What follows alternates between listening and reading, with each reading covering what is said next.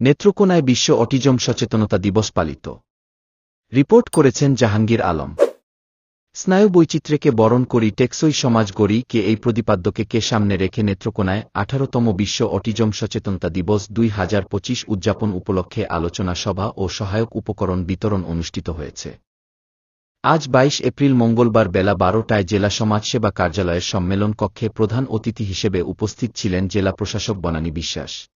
আসলে কষ্টে যে মা বাবার ঘরে যে বলেছে আমাদের যারা বক্তব্য দিয়েছেন তারা তো বোঝে তাদের আসলে কষ্টটা কেমন।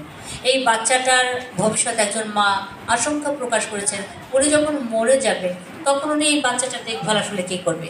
গ্রামে গঞ্জে দু একটি প্রতিবন্ধী বাচ্চা কিন্তু ছিল, তাদেরকে নিয়ে এরকম ফোরামে এসে কথা বল, যাদের এই ধরনের স্পেশাল বাচ্চা থাকবে এবং যেই বাবা মারা আজকে ভয়ে আতঙ্কে আছেন যে আমি মারা গেলে আমার এই বাচ্চাটার কী হবে, আমরা চেষ্টা করব এগুলো আমরা তুলে ধরতে, রাষ্ট্রের কাছে জানাতে চাইব।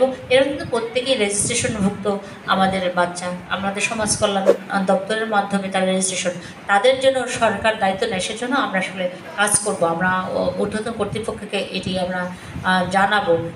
জেলা সমাজসেবা কার্যালয়ের উপপরিচালক শাহ আলম এর সভাপতিত্বে ও উপসহকারী পরিচালক রফিকুল ইসলামের সঞ্চালনায় অন্যান্যদের মধ্যে উপস্থিত নেত্রকোনা সিভিল সার্জন কার্যালয়ের মেডিকেল অফিসার ডাক্তার দাউদ শরীফ, জেলা প্রেসক্লাবের সাধারণ সম্পাদক কিবরিয়া চৌধুরী হেলিম।